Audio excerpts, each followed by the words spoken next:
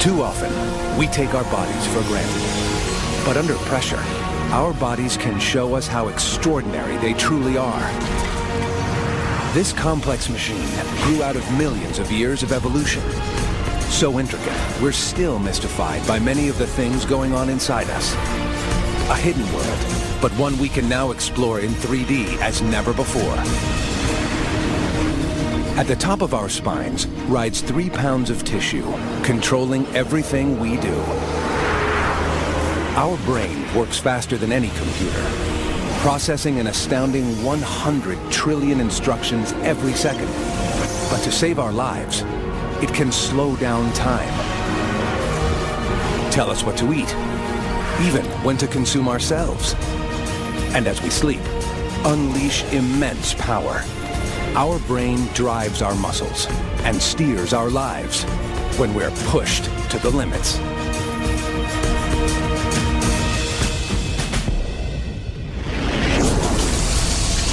When firefighters face one of nature's deadliest forces, it seems impossible that they should survive.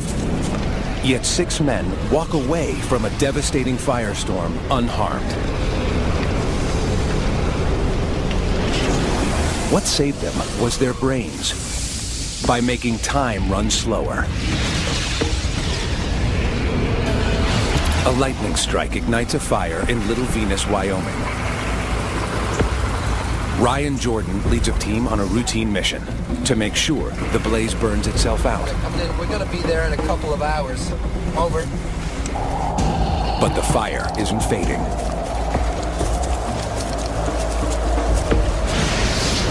The wind shifts, giving the flames new life. And they're bearing down on Ryan and his team. So as we're hiking in on the trail, about 2 miles in, we had some scratchy radio communications that the wind was picking up. The fire had changed some of its fire behavior and started burning down canyon. Any firefighter would know a nightmare was approaching. Repeat, this is a warning. Winds are changing direction. As far as we can tell, it's headed southwest. Could be headed your way, and it's moving fast. You better get out of there. As Ryan hears the warning, his brain takes control. Deep in the brain, 2 parts, each an inch across, make up the control center. It manages our fight-or-flight response, hardwired by evolution. Okay, let's go!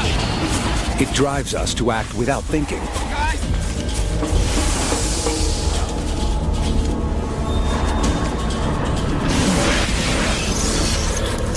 The control center collects information from the outside. Normally, the data goes to the brain's thought center for study and reflection. But in emergencies, the controller works differently, signaling nearby areas that make up the disaster center. Without a thought, the firefighters' brains command them to flee. In a blink, the men take off. You could feel the heat of the fire starting to get closer on you. In your mind, you're wanting to run. That's your instinct, is to get away from this heat source. Stoked by gusts, the flames close in.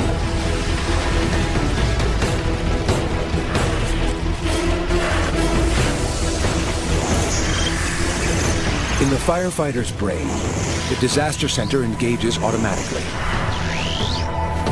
It orders release of a natural turbocharged stimulant, adrenaline.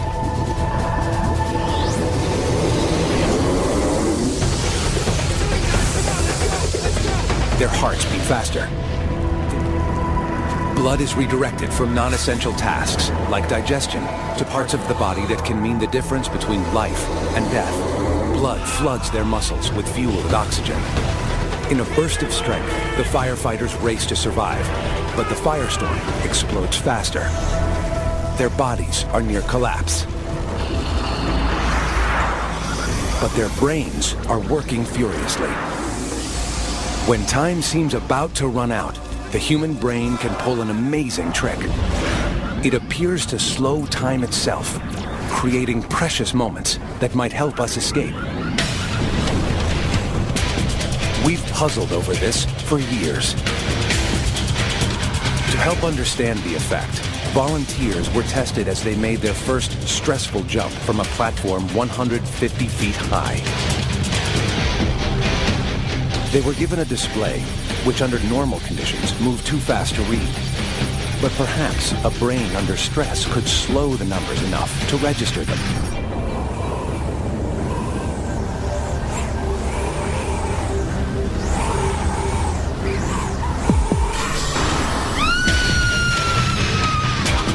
For all the jumpers, their descent seemed to last almost twice as long as it really did. Incredibly, some were able to make out the speeding digits.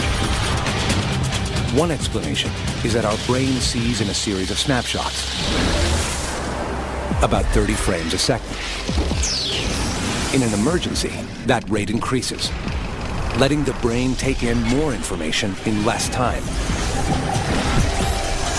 The effect slows time.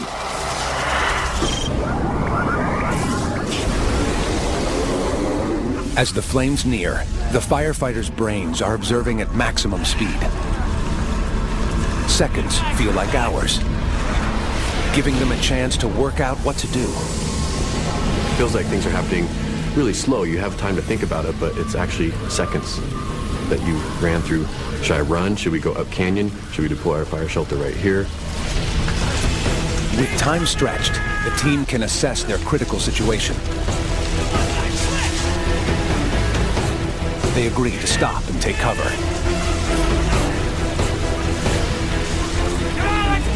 And just in time.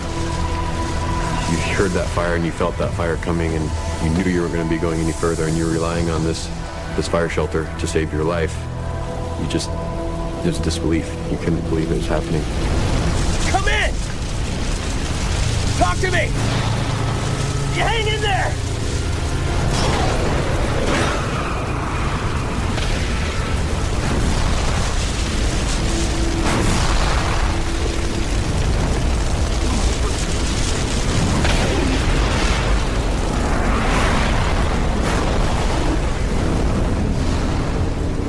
After that fire passed, some people were really pumped up and excited from the situation.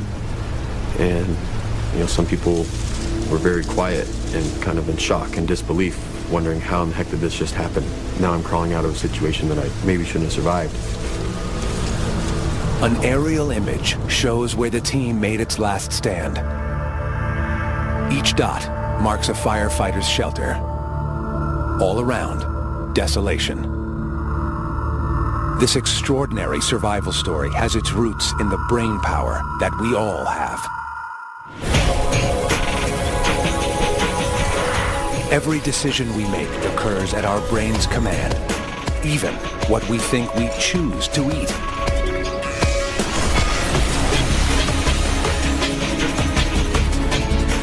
We pursue nutrition with almost religious fervor, even in forms that otherwise might make us sick. When the food's gone, our brains take over.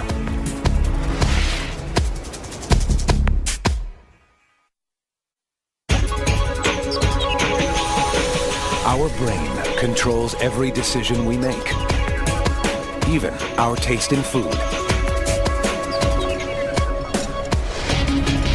Our urge to eat resides deep in the brain. A walnut-sized lump of tissue is the brain's want center. We are only just starting to understand its many functions. Above all, it wants to feed. No organ is hungrier than the brain. It consumes nearly a fifth of the energy we take in. But the want center responds to the needs of the whole body for nutrients, including vitamins and other minerals. When the body runs short of anything, the brain drives us to mind-boggling lengths to fill the gap. As yachtsman Steve Callahan learned, Steve's boat sank, leaving him adrift, alone. He needed a miracle. I was basically in the middle of the Atlantic Ocean. I knew I was a long way away from any kind of possibility of rescue. But my chances of survival is very, very slim.